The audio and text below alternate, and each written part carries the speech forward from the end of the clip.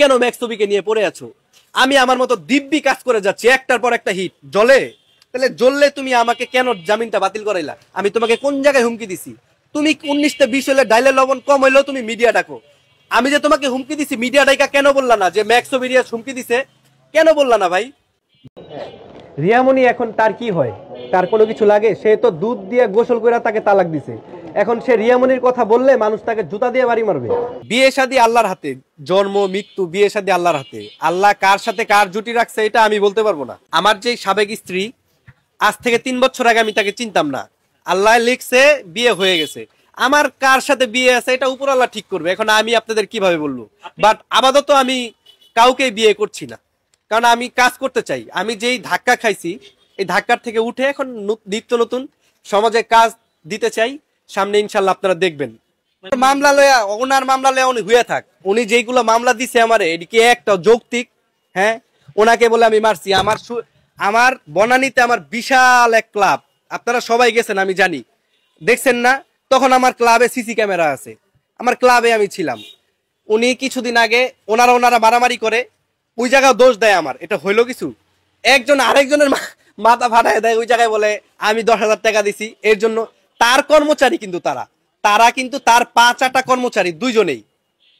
তো তারা ঝগড়া লাগছে, আমাকে দোষ দেয় আমি নাকি এখানে। এখন বিষয় হচ্ছে যে আজকে জিটি এই কারণেই করব, তার অনেক হেটার্স আছে, ঠিক আছে? সে নেগেটিভ ভাবে জড়িত সবার সাথে। সে আপনারা তার নিজের মুখের কথা, সে নাকি ওই এমপি পদে।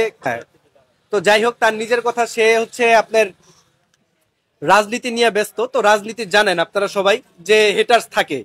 তো হেটার্সরা যদি তাকে ক্ষতি করে, এখন সে এমন ভাবে একটা টাইমলাইন ক্রিয়েট করছে, তার কোনো কিছু হলেই ম্যাক্স ছবি, তার কোনো কিছু হলেই ম্যাক্স ছবি। কেন ভাই? ম্যাক্স ছবি কি তোমাকে নিয়ে পড়ে আছে? ম্যাক্স ছবি তোমাকে নিয়ে পড়ে নাই। হিরো আলম আমাকে যে একটা মামলা দিয়েছিল যে ও হচ্ছে আপনার আফতাবনগরে মাইর খায়, সেটার মামলা হচ্ছে আমাকে দেয় 4 নম্বর আসামি। তো এটার গ্রেফতার হয়ে আমি জেল খাটছি 7 দিন জেল খেটে তারপর হচ্ছে আমি বের হইছি, জামিনে বের হইছি।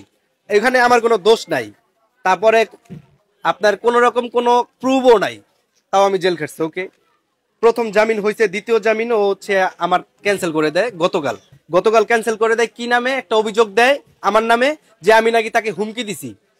আজ পর্যন্ত, এখন পর্যন্ত ওই লাস্ট ভিডিওর পরে আপনারা কখনো আলম সম্পর্কে আমাকে বলতে দেখছেন? দেখেন নাই। উনি সমাজে যত রকম নষ্টামি আছে ছড়াই দিচ্ছে। এর কি বাংলাদেশের কেউ দেখে না? সরকার একে দেখে না কেন? এ আমাকে কাজ করতে দিচ্ছে না, কোনো কিছু হলেই ম্যাক্স ছবি। এ আমাকে বলে আমি নাকি তার নাম নিয়ে ভাইরাল হচ্ছি। তার জন্মের আগেতেই তো আমি মিডিয়াতে, মানে মিডিয়াতে সে জন্মের হওয়ার আগেই আমি ম্যাক্স ছবি মিডিয়াতে। আমার অসংখ্য গান হিট, বহুত আগেও আমি বলে আসছি। বারবার বলে তার নাম নিয়ে ভাইরাল হবো, এরকম হাস্যকর কথাবার্তা আসলে তাকে দিয়েই মানায়। ঠিক আছে, আমি বাড্ডা থানায় আসছি। এটা হচ্ছে আমার জামিনের পেপার। আমার যেই আইও আছে কিবরিয়া ভাইকে আমি এটা দিব। তারপরে ভাই যা করার ফর্মালিটি সেটা উনি পালন করবে। আমি তো কোনো অপরাধী না, আমি সমাজে বুক ফুলায় হাঁটি, আমি পলায় বের হবো কেন?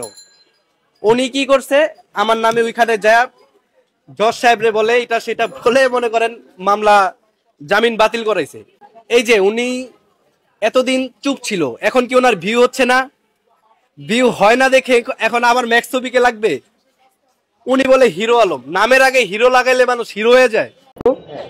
রিয়ামণি এখন তার কি হয়? তার কোনো কিছু লাগে? সে তো দুধ দিয়ে গোসল করে তাকে তালাক দিছে। এখন সে রিয়ামণির কথা বললে মানুষ তাকে জুতা দিয়ে বাড়ি মারবে।